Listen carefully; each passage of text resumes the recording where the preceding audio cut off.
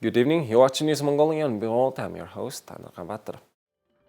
And for top stories, 35 Mongolian students in Ukraine have applied to evacuate. Daily updates on COVID-19 status in Mongolia. COVID is causing learning lag for students. And for the news, stay tuned.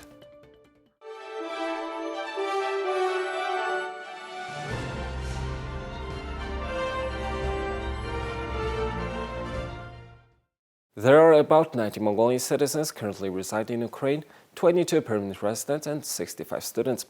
The Ministry of Foreign Affairs of Mongolia provided information about Mongolian citizens in Ukraine. Due to the current political situation in Ukraine, 35 Mongolian students studying at Ukrainian universities have applied to evacuate and return home. On Monday, 4 Mongolian students informed the Mongolian consulate in Ukraine that they wanted to leave the country.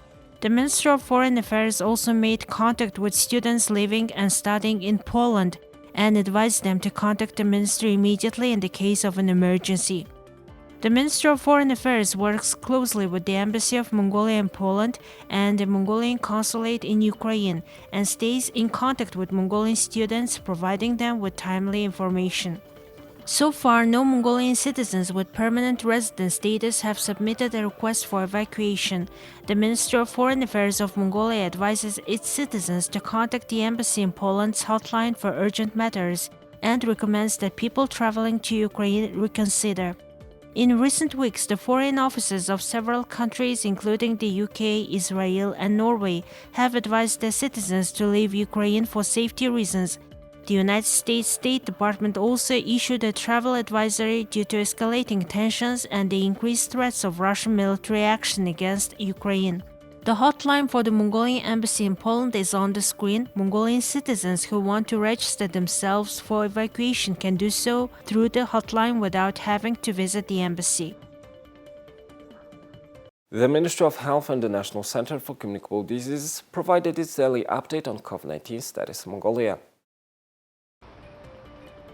The Ministry of Health today reported that 449 new COVID-19 cases were detected after tests were carried out at PCR laboratories across the country. In the past 24 hours, no new COVID-19 deaths were recorded. All new cases were confirmed domestically, out of which 250 were confirmed in Ulaanbaatar and 199 in the provinces. 3,756 COVID-19 patients are being treated at hospitals nationwide. Additionally, 12,067 patients are being treated at home. Among the patients being treated at hospitals, 998 are showing mild symptoms of illness and 49 are in critical condition. Around 2.17 million people, or 67% of the population, have had 2 doses of a COVID-19 vaccine, and 31% of the population has received the first booster shot, and 3% has had the second booster shot so far. Now let's take a look at Mongolia's current affairs. The ambassador-designate of the Czech Republic to Mongolia, Jan Vaitopul, presented his credentials to President of Mongolia, Hursuk, on February 21st. President Hursuk congratulated the ambassador-designate on his appointment and spoke about his hopes to further the development of traditionally friendly relations and cooperation between the two countries, which has a history of over 70 years. Ambassador-designate Vaitopul conveyed greetings from the President of the Czech Republic, Miloš Zeman. The ambassador-designate expressed his support for the policies and initiatives of the government of Mongolia and confirmed his commitment to making efforts to expand and enrich bilateral relations and cooperation. It's reported that more than half of all school children have fallen behind in their studies in the past 2 years due to the pandemic. The joint effort of teachers, parents and students are thought to be the solution to this issue. Here we have a story of a teacher who is sharing her experience regarding this issue. Narangiril has been working as a teacher for 13 years at a state school. In the 2022 school year, she is a teacher for the newly formed first grade. She says it requires more effort than ever and a new teaching strategy in order to help first graders who has been isolated for 2 years to keep up their basic curriculum. I am working on finding the most effective ways of teaching, a method that makes students understand the subject easily. I think many teachers are doing the same as me. Children have different learning paces. Narangiril observes her students and decides who is in need of extra classes. We try to make time for students who need extra help with their learning. We divide our students and are working with small groups. If there's something I don't understand, I always directly ask my teacher. There are so many things that I don't understand during classes. My teachers and parents are always helping me.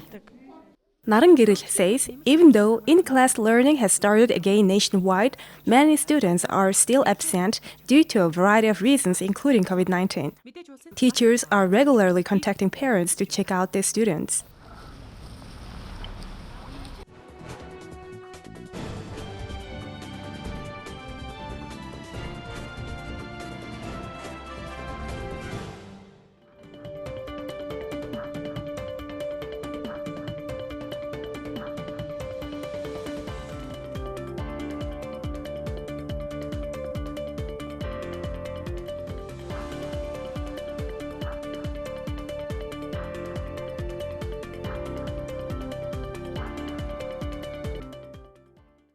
Now let's take a look at the weather forecast of world's major cities.